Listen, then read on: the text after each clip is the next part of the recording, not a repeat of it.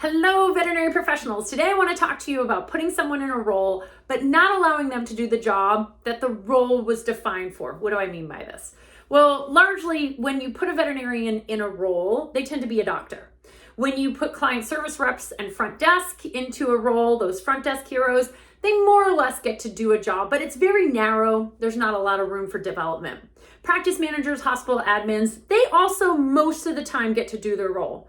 But then it starts to get gray, okay? We have veterinary technicians, veterinary assistants, and we say that they're veterinary technicians or assistants, but then we limit what they're actually legally allowed to do. That becomes a struggle. It doesn't end there. The atrocity is actually much greater than that, because then we have creative titles or different titles. We're trying very much to fill those three buckets that I've talked about. Those three buckets in veterinary medicine are things like operations, medical, and nursing. And I love when organizations or hospitals try to fill all three buckets with actual leaders.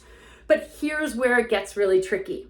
We take a client service representative and we give them a manager role. But then we say, hey, you can't actually do performance conversations. Or, you know what? I'm responsible for hiring and firing, not you. I know you're the manager of the department, but you don't get to do those things. Right? That doesn't feel good. We take a veterinary technician and we give them a director of training title. Oh, sounds really fancy. A lot of veterinary technicians and assistants really want those coveted kind of director level roles. But then they're trapped on the floor and they don't actually ever get to train people and they struggle. And then unfortunately the leadership says, well, why isn't anyone trained? I don't know, because I'm still working as a vet tech on the floor and I don't actually ever get time to train people, which requires me to have some office time to develop tools and resources and training material. I also struggle with some of these huge, larger roles. And I've been in some of these larger roles where unfortunately you're not given the autonomy to be successful. It can be very frustrating. I know people, who are in fancy titled roles like vice president of director of whatever, veterinary technicians or veterinary nursing, whatever. And their biggest job is to just be a face of a company, hold babies, wave, hi. I guess it would be like more or less holding puppies and waving, but they're not actually doing their job, which is if you're in a director level role, you're looking at things on a huge global impact for that company or for that particular hospital. So you should be driving big scale initiatives, making sure that you have teams underneath you to help to go ahead and make those projects successful. I know people who are in director level vet tech roles or nursing roles, or even medical director roles, chief medical officer roles, and they don't have the tools and resources necessary to be successful. And then when they fail, it's, well, that wasn't the right person for the position. So here's where I struggle. Veterinary medicine, you are terrible at organizational structure in your hospitals. You're just terrible at it. I might have written an entire chapter on this. And I feel like before any veterinarian goes into practice, you should look at what it takes to organize and structure a hospital, because we fail miserably and we don't allow the people, the tools and resources, or the ability to be successful in the roles that we put them.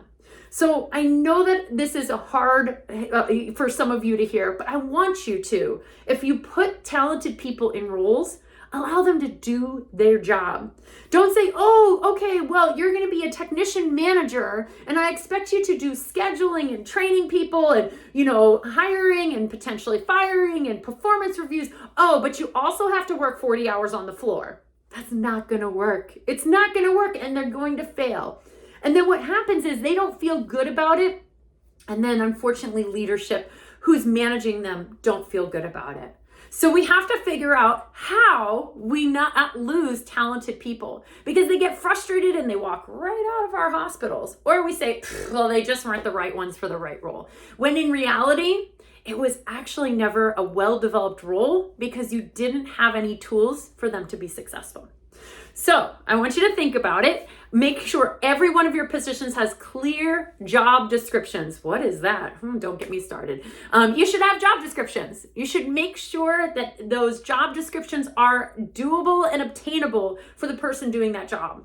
And then lastly, allow them to do the job. And if they're coming to you constantly and saying, I need this or that in order to be successful, listen to them, because they probably want to be successful, which is going to help drive your business or having them do the directive that you wanted them to do, like train the front office, or, making sure that the vet assistants and vet techs are trained. Whatever it is, we have to allow these people in these really, extravagant titles to do the job that they were put in that position to do. Thank you so much for listening, and thank you for everything that you do.